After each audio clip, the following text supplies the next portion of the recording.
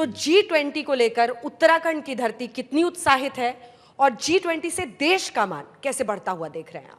जी, सभी को नमस्कार, आपको धन्यवाद।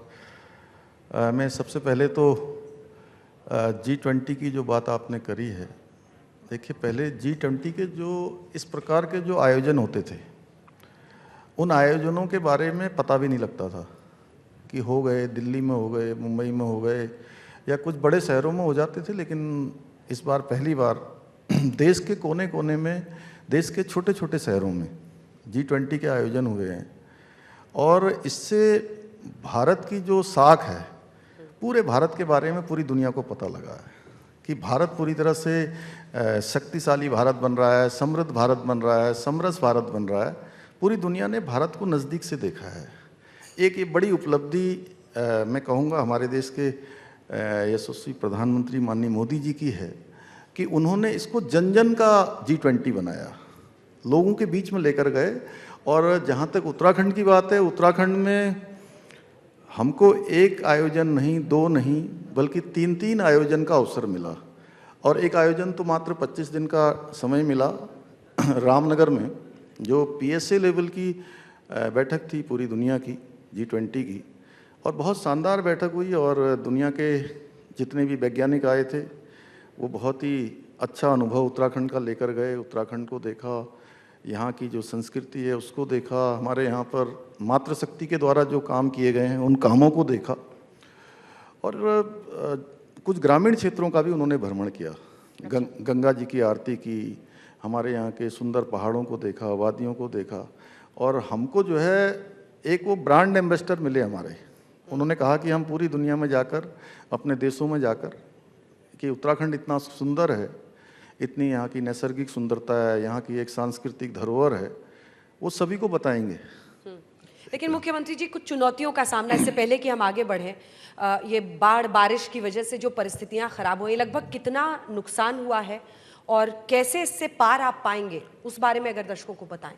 बाढ़ का इस बार प्रकोप काफ़ी रहा। एक बड़ी आपदा जैसी स्थिति राज्य के अंदर है, जिसके कारण से जन हानि हुई है, पशु हानि हुई है, मकानों का नुकसान हुआ है, खेती का नुकसान हुआ है, सड़कें बह गई हैं, पुल बह गए हैं और बिजली की लाइनें ध्वस्त हो गई हैं, पेयजल की लाइनें ध्वस्त हो गई हैं।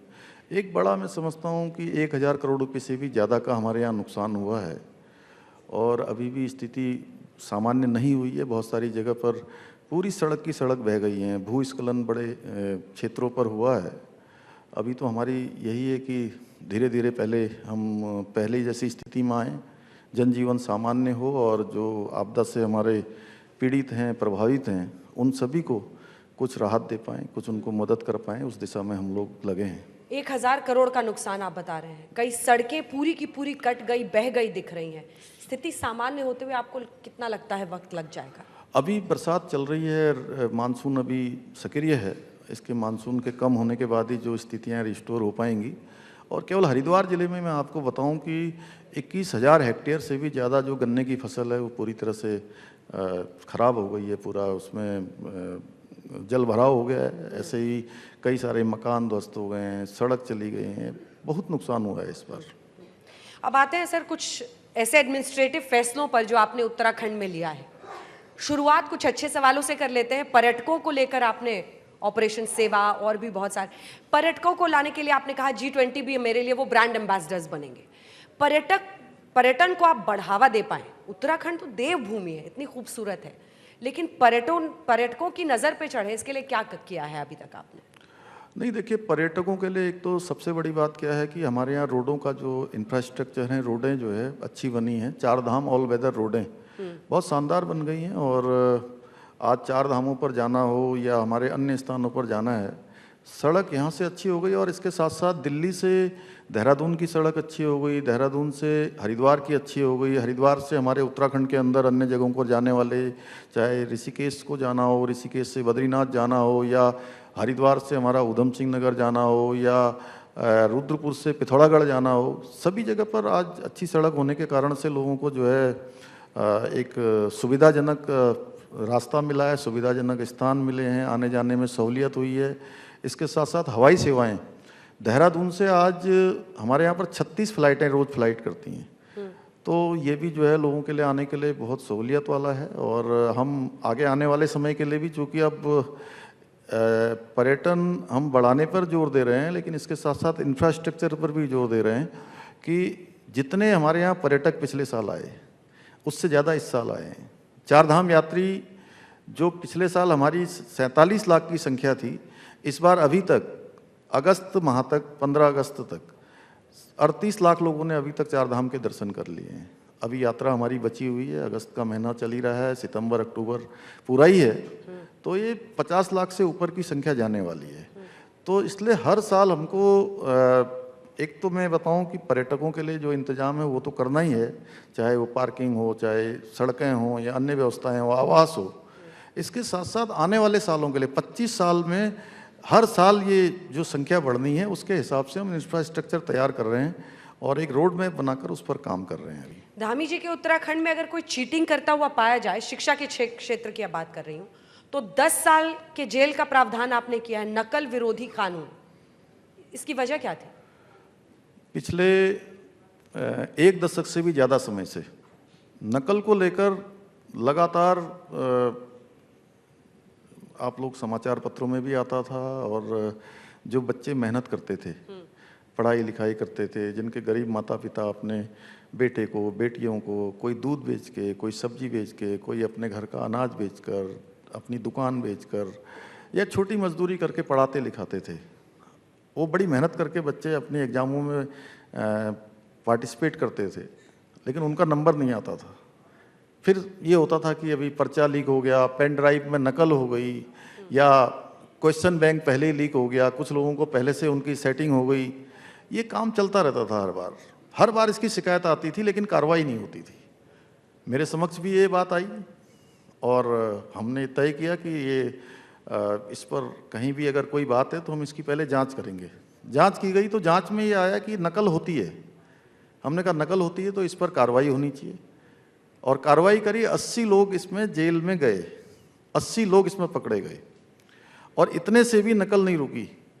उसके बाद हमने कहा कि ये नकल रुकनी चाहिए, क्योंकि ये हमारे भविष्य का सवाल है, हमारे बच्चों के भविष्य का सवाल है। इसके लिए हम नकल का कानून लेकर आए, और उसमें हमने 10 साल तक की सज़ा का प्रावधान किया है। सारी संपत्ति जो नकल करवाने वाले माफिया हैं, उन माफियाओं की जब्त करने का भी हमने इसमें प्रावधान किया है। और जो नकल करने वाले जो लोग उसमें शामिल होंगे, पहली बार पकड़े जाने पर 3 साल तक का डीबार किया है, और दूसरी बार पकड़े जाएंगे तो 7 साल तक की जो है उसमें जो है किसी परीक्षा में भाग नहीं ले पाएंगे। और अब नकल रुकी है, और जो हमारे परीक्षा देने वाले भाई बहन हैं उनके अंदर एक विश्वास पैदा हुआ है कि अगर हम मेहनत करेंगे, अपना अच्छी पढ़ाई लिखाई करेंगे, अच्छी तैयारी करेंगे, तो निश्चित रूप से हमारा नंबर आएगा। और इतना ही नहीं, मैं आपको बताऊं कि आपने बड़ा अच्छा प्रश्न पूछ लिया कि अब एक जो बेटा बेटी या जो परीक्षा में भाग लेने वाले हैं, वो एक परीक्षा में पास नहीं हो रहे हैं। जो एक परीक्षा में हो रहा है वो 3-3 परीक्षाओं में पास हो रहा है। ये इसका एक बहुत बड़ा इफेक्ट अब आया है, और लोग धन्यवाद कर रहे हैं। लोगों ने अपने अपने मैसेज भेजे हैं कि नकल अध्यादेश आने के बाद हमारे जो बच्चे भाग लेते थे पहले, वो पास नहीं होते थे, लेकिन अब पास हो रहे हैं लगातार। बीजेपी की जो सरकारें हैं, राज्य सरकारें, उनमें एक होड़ लग गई है कि यूसीसी का कानून सबसे पहले कौन लेकर आएगा, और उस रेस में लगता है कि धामी जी आप बाजी मार ले जाएंगे। फाइनल जो पेश है उसमें आपका आया हुआ है यूसीसी कानून, कब से लागू होगा, कब लाएंगे उसको विधानसभा में, तैयारी कहां पर पहुंची है? फिर अगले हिस्से पर आऊंगी प्रश्न। यूसीसी के बारे में मैं आपको बताना चाहता हूं कि यूसीसी के बारे में पूरे देश के अंदर लंबे समय से मांग उठती रही है। जैसे मांग उठती थी कि कश्मीर के अंदर धारा 370 समाप्त होनी चाहिए, अयोध्या में भगवान राम का मंदिर बनना चाहिए। ये दोनों काम हो गए। कहाँ से ये मांग उठती है? पूरे देश में हम तो बचपन से सुनते आए हैं कि रामलला हम आएंगे, मंदिर वहीं बनाएंगे, एक देश के अंदर एक विधान, एक निशान, एक प्रधान, यही हमारा चाहिए था। और एक देश के अंदर हम लोग कहते थे कि दो निशान, 2 प्रधान और 2 विधान, और क्या बोल 2 संविधान और 2 प्रधान देश के अंदर नहीं चलेंगे। ये मांग लंबे समय से उठती आई। तो इसी प्रकार से समान नागरिक संहिता यूसीसी जिसके बारे में आपने कहा, यह भी मांग लंबे समय से उठती है कि सबके लिए, पूरे देश के अंदर रहने वाले लोगों के लिए एक समान कानून होना चाहिए। और हमने इस जो हमारे यहाँ उत्तराखंड का विधानसभा का आम चुनाव हुआ, उस चुनाव में ये बात उत्तराखंड की देवतुल्य जनता के सामने रखी और इसके पीछे हमने तर्क दिया कि उत्तराखंड देवभूमि है, उत्तराखंड गंगा का प्रदेश है, यमुना का प्रदेश है, दो दो अंतर्राष्ट्रीय सीमाओं से लगा हुआ प्रदेश है और प्रत्येक परिवार से कोई सेना में है, कोई पैरामिलिट्री में है, देश के अंदर कहीं ना कहीं सेवाएं दे रहे हैं।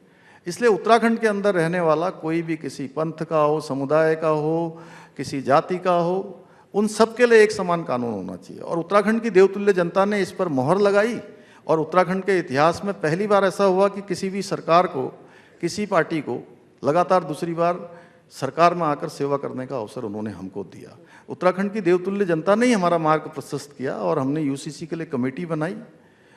जस्टिस रंजना प्रकाश देसाई जी की अध्यक्षता में कमेटी बनी। उस कमेटी ने 1 साल से भी ज़्यादा समय से 2,25,000 से भी ज़्यादा लोगों से बात की, उनके विचार लिए, विभिन्न धार्मिक संगठनों के बीच में गए, अनेकों स्थानों पर जाकर लॉ कमीशन ने भी अपने सुझाव दिए हैं। तो उन्होंने लगभग अपना ड्राफ्ट एक तरह से मैं कहूँ कि संकलित कर लिया है। जल्दी वो फाइनल करके हमको दे देंगे तो हम इस दिशा में उसको लागू करने की दिशा में आगे बढ़ेंगे।